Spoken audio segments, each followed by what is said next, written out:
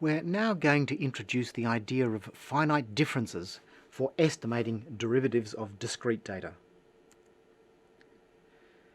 So let's determine the derivative using the finite difference method for example, df dx, and it'll become clear as to exactly what finite differences means in a minute. So the simplest way of doing this is to start off by writing the Taylor series. For example, f of xi plus 1 is equal to f of xi plus h f dashed plus h squared on 2 f double dashed, etc., where h is just equal to xi plus 1 minus xi. We can rearrange this equation here to solve for f dashed, and we get an expression that says f dashed is equal to f of xi plus 1 minus f of xi divided by h minus h on 2 factorial f double dash plus higher order terms. So if we were to look at these points on the x-axis, so we're trying to calculate a derivative at the point xi, and we're using points, data I should say, at xi plus 1 and at xi, therefore we're using data that's in front of or forward of the point where we are evaluating the derivative. So this is then called a forward difference scheme.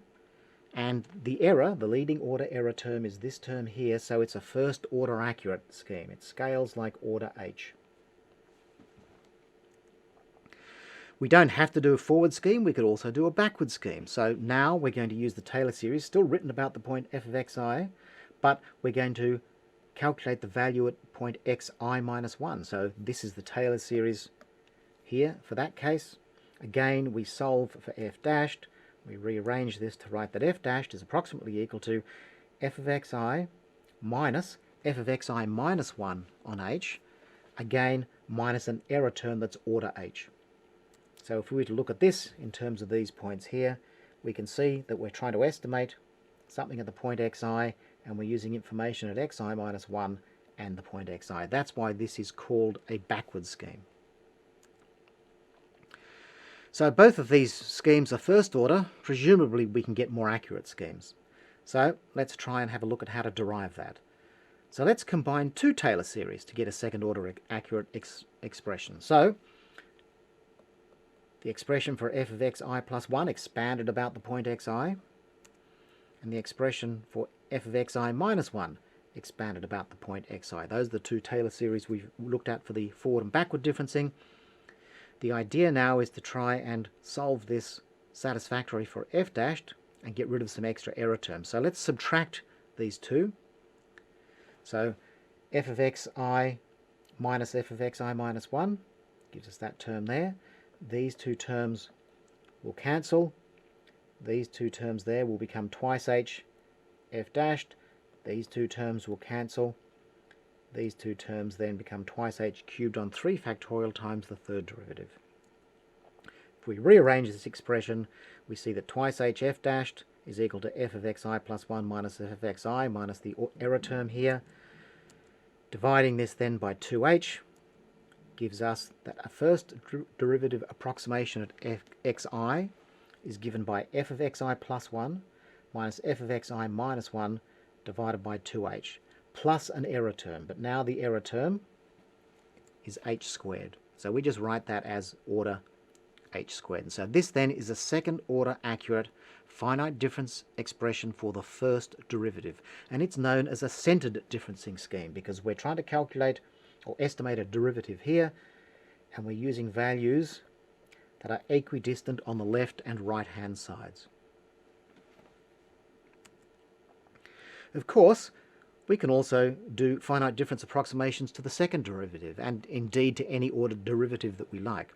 So let's start off with the same two Taylor series and try and get an estimate of the second derivative. So these are the Taylor series for f of xi plus 1 and f of xi minus 1, as we wrote them before. This time let's add these two expressions. So these two terms here become f of xi plus 1 plus f of xi minus 1. On the right hand side we have twice f of xi. These two terms now cancel. These two terms become twice h squared on 2 factorial f double dashed. These terms cancel. Then we have a term that goes like h to the fourth. Let's rearrange these terms to write it in terms of f double dash, so h squared f double dashed is equal to this expression plus an error term. Write that again at the top of this slide. And finally, dividing through by h squared, not by 2h squared, we get that f double dashed is equal to this expression here, f of xi plus 1 minus twice f of xi plus f of xi minus 1 divided by h squared minus h squared on 4 factorial times the fourth derivative of our function. So this is order h squared. And that's what we've written here. Again, this is a centered difference expression for the second derivative. And it is estimated here and uses values here, here, and here.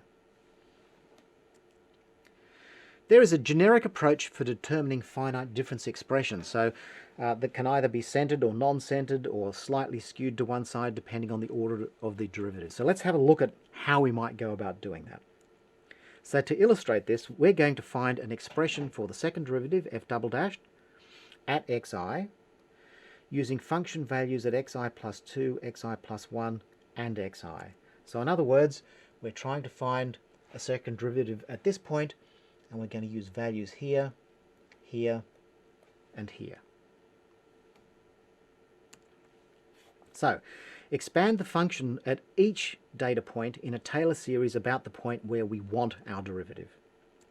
So obviously f of xi is equal to f of xi. That's not really a Taylor series. F of xi plus 1 is equal to f of xi plus hf dash plus h squared on 2 f double dashed, etc.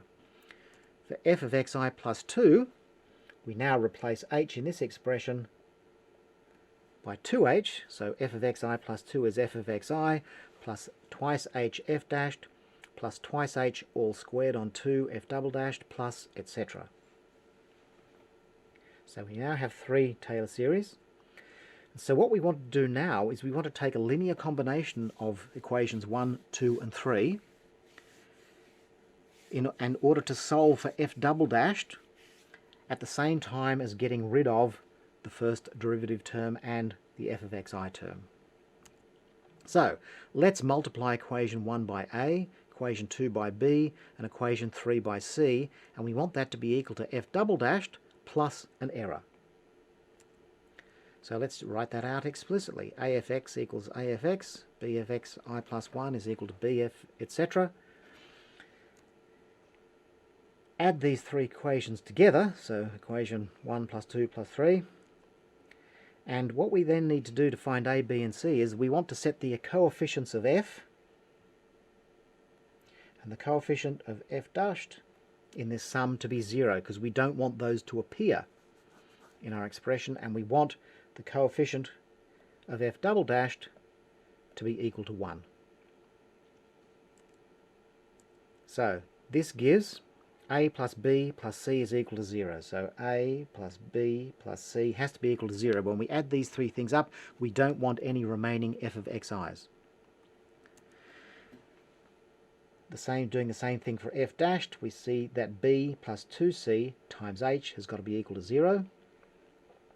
And finally, looking at these two terms here, we see that 1/2 b plus twice c times h squared has got to be equal to 1.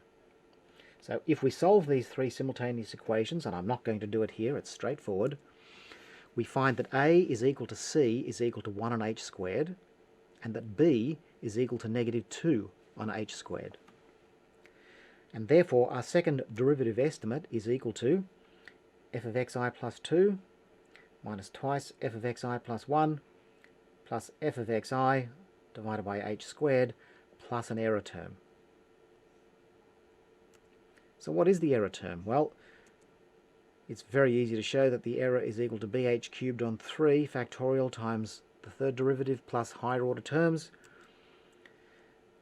Just replacing b and c by what we found on the previous slide, we come up with this expression here, and eventually it's quite easy to show that the error term, at least the leading order error term, is h times the third derivative evaluated at the point xi. So this expression is order h.